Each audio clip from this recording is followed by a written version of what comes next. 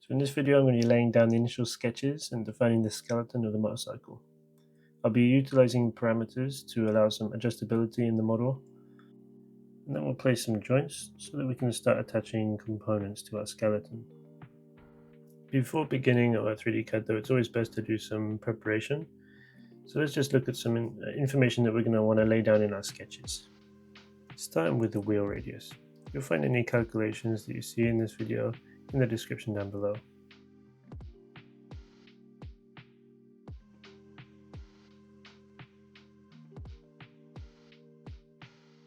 Next we have the wheelbase. Typically if you have a short wheelbase you'll have a more agile bike but at the expense of stability. Then we'll need a swing arm length and pivot position. The ratio of swing arm to wheelbase is also another factor that people consider when looking at the handling of a bike. We have seat height and standover width, which is important because it kind of dictates who's going to be able to ride the bike. Then we have what's known as the rake angle or caster angle. And this is the angle of the forks relative to an imaginary vertical axis perpendicular to the ground. Typically, the steeper the rake angle, the more agile the motorcycle, but the less stable it will be. And then if we extend an imaginary line from the axis of the fork to intersect with the ground, and then measure that point back to the center point of the front wheel contact patch, this is known as the trail. So this is strongly connected to our rake angle. An easy comparison would be from a sports bike to a cruiser style motorcycle. The cruiser has a very shallow rake angle, which leads to a very large trail, and it's a very stable motorcycle, but not as agile as, say, a sports motorbike. One more important factor is the center of gravity position. Let's just say we want to keep this as low as possible. So now that's out of the way, let's get back into Fusion.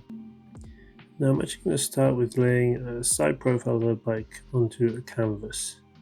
So I want to design a kind of upright sports bike, so this is just going to serve as a useful reference as I go along setting up the base geometry.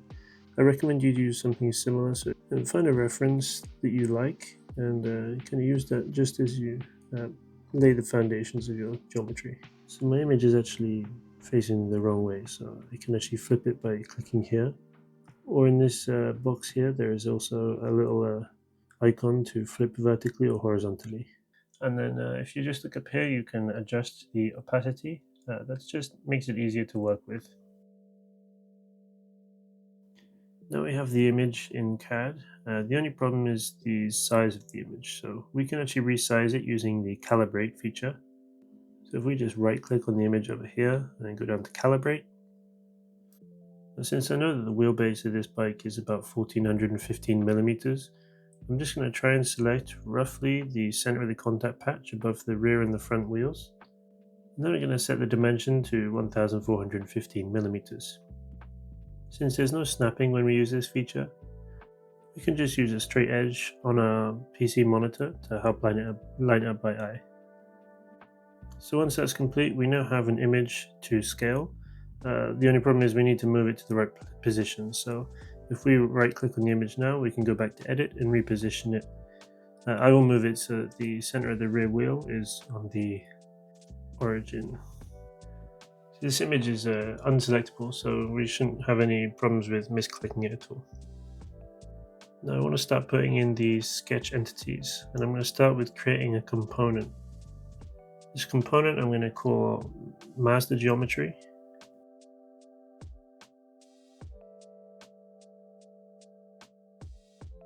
And I'm going to leave most of the components from this build as internal components. So now we can see from the black dot that the master geometry is now the active component. So anything we make is within this part now. And it'll have its own feature timeline at the bottom. So I'm going to create a sketch. I'm going to select this left plane. I really will be looking at the right hand side of the bike. We typically always look at the bike from the right hand side because it's the attractive side. It's the side that's going to have the exhaust and not the kickstand. So now I've created my sketch, I'm going to start placing down some circles for my wheels. I'm going to use the standard 17-inch rims with a 180/55 on the rear and a 120/70 on the front. Again, the calculation for this is going to be in the description down below, or you can refer to the beginning of the video where it's on screen. Once I've created the circles for the wheels, I'm just going to constrain them to the ground plane, and then put a vertical constraint from the center of the rear tire to the origin. And then I'm also going to make a tangent constraint between the front wheel and the ground plane, and then set a distance between the rear and the front wheel, which would be our wheelbase, and I'll use the 1415 from the calibration we did earlier. At this point, I'm just going to use the image to get a reference for a swing arm pivot position. I'll dimension that back to my origin, I'll just make them neater dimensions.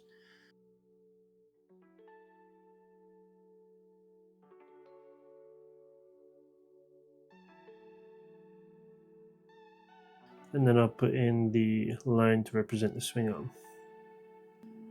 Now the next thing I want to do is put in the headstock and the steering axis. So I'm actually going to kind of triangulate the frame here from the swing arm pivot to the headstock. So here's the top of my headstock, and then I'm just going to put an offset in for the forks.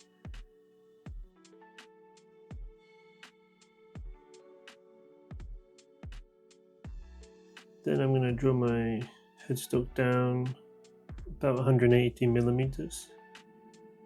I'm also going to set the rake angle here. I'm going to aim for 24 degrees, but I'm going to redimension it to the z-axis.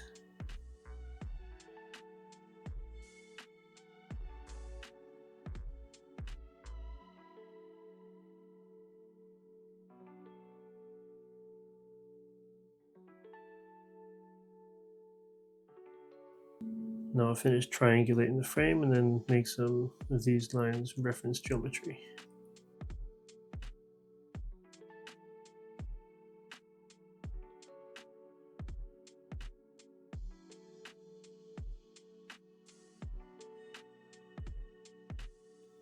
Now that we have this geometry down, I'm actually going to break some of these constraints right now. I'm going to use the headstock as my locked location. Instead of fixing my rear contact patch to the ground, I'm going to fix my headstock in place. So I'm going to redimension this back to the origin.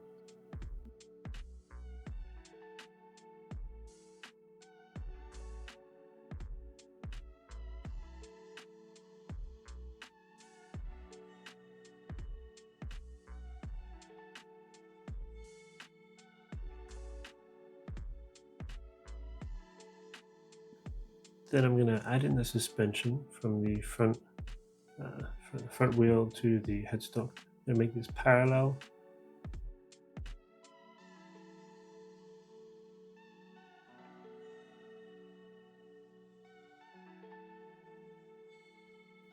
And then I'm going to constrain it to the offset line that I drew in before. Then I'll create the wheelbase again for reference.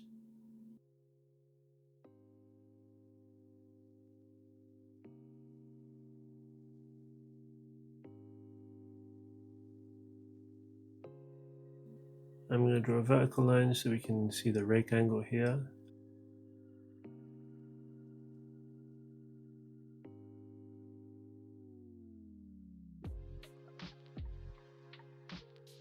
And then also extend the axis.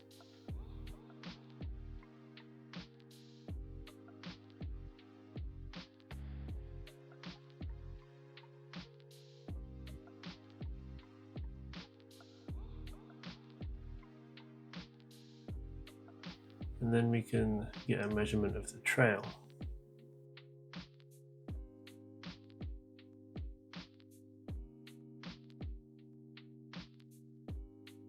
Just going to tidy up some of the dimensions around here, keep it clean. And then I'll constrain the top of the forks to the headstock.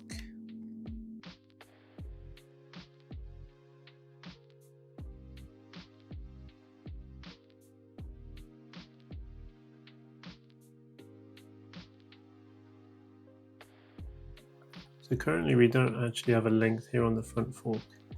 I want to be able to make this adjustable so I can fully extend or fully compress the front suspension. So for now I'm going to break some of these constraints around here and put a dimension on.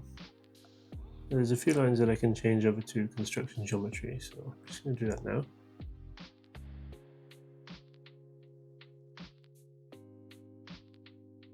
Now that that's finished, I'm going to set the parameters.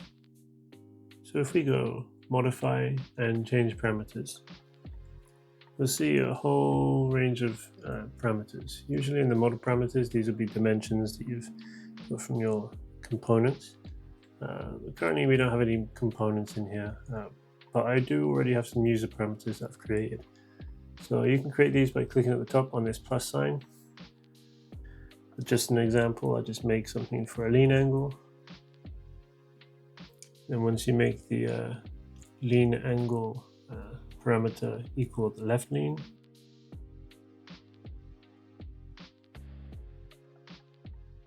you'll see that it takes the value from the left lean parameter. So I'll be using this method to make the geometry of this bike adjustable. So on the suspension here, I'm just going to copy this value and then I'm going to replace it with the parameter front suspension.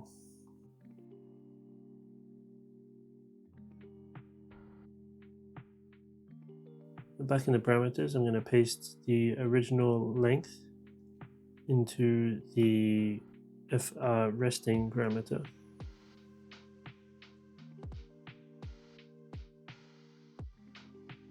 Then if I come back into the parameters, I can keep changing my front suspension parameter from FR resting to FR compressed or FR extended.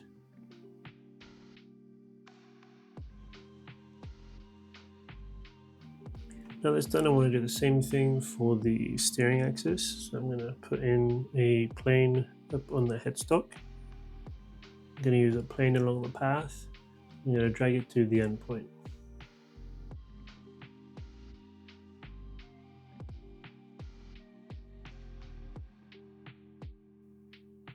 I'm just going to draw some rough geometry to create the shape of a top yoke from a triple clamp.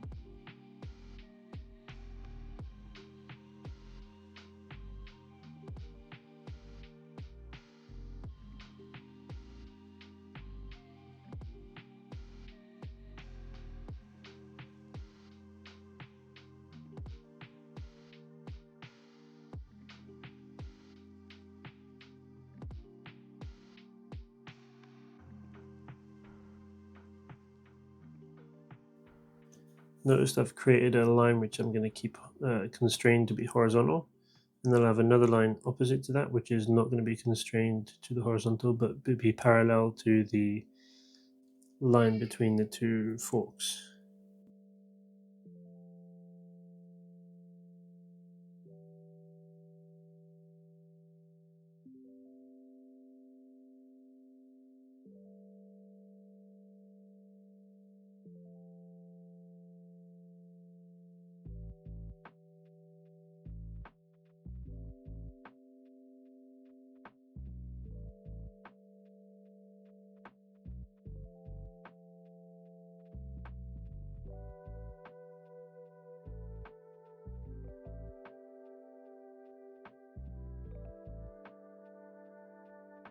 Now for the angular dimension in this sketch, which is referencing that constrained horizontal line, I'm going to assign the parameter steering angle.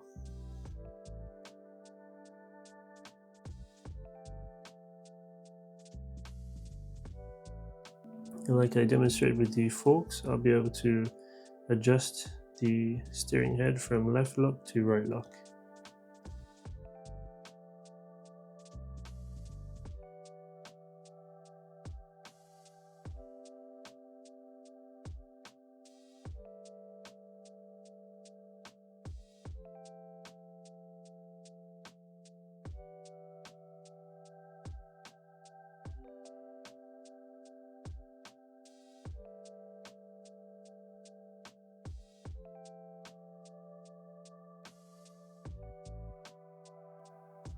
Now I'm ready to start thinking about adding in some components. We need to consider how we're going to put them into the model in the place that we want them to be. I'm going to be using the joint origin feature. I'm going to put one on each of the wheel centers, and then I'll also put one on the headstock. Starting with the wheels, we'll come up to assemble, click joint origin, and then I'm going to click on this point here. We'll notice though that the axes are different to the global axes, so I'm just going to click reorient and select the global axes just to keep them in line.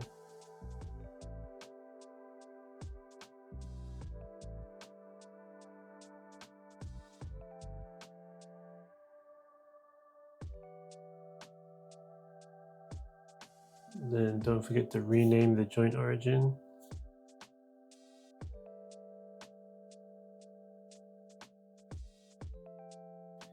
And then we'll do the same for the front.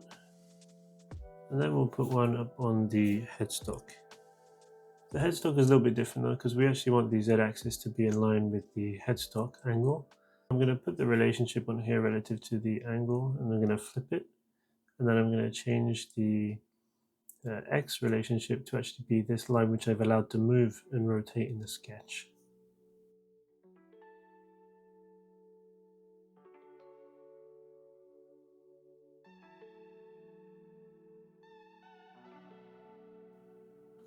Once that's done, I'm just going to change these parameters just to check that everything's working as it should be. So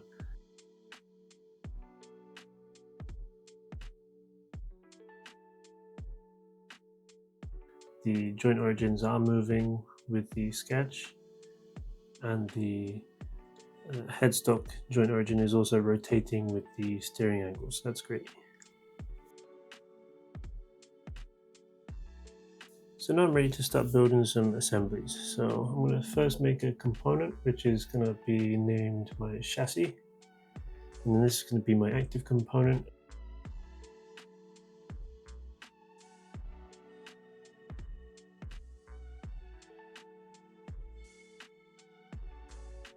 I'm going to make another component within this, and I'll call this my triple clamp. And again, this is going to be active now, so within this I want to create one more component which is going to be my top yoke.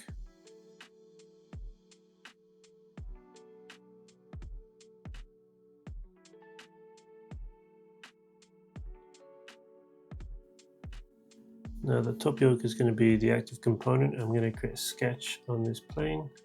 I'm just going to rough out a top yoke just for the basic shape, which we'll modify later.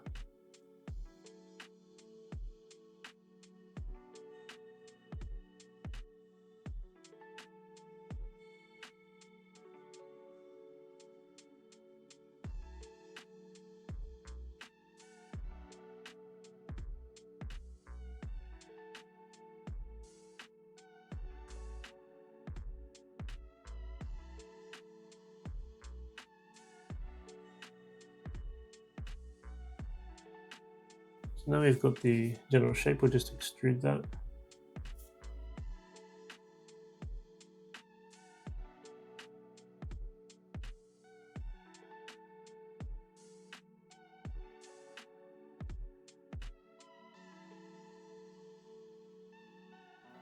Then if we come up to assemble and we click joint, I'm going to select the origin of this part, and then I'm going to select the joint origin that we create on the headstock.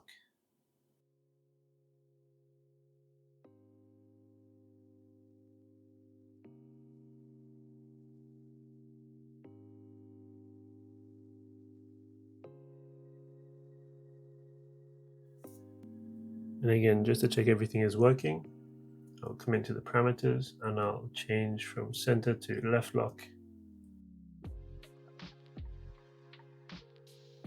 And yes, everything is working just fine. Now, the reason I want to build in this kind of adjustability is because I'm going to need to consider the swept clearances for the wheels, for example.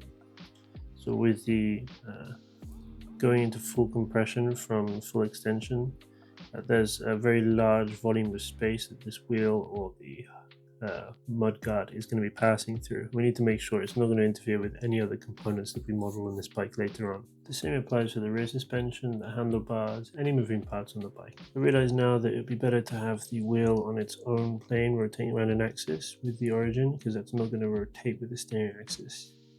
I realized that I didn't really have any space between the top of my tube and my top yoke, so I've created an offset here. I just went back in the timeline, created a new offset plane, and then redefined the sketch to that plane, and then fixed any dimensions that had lost reference.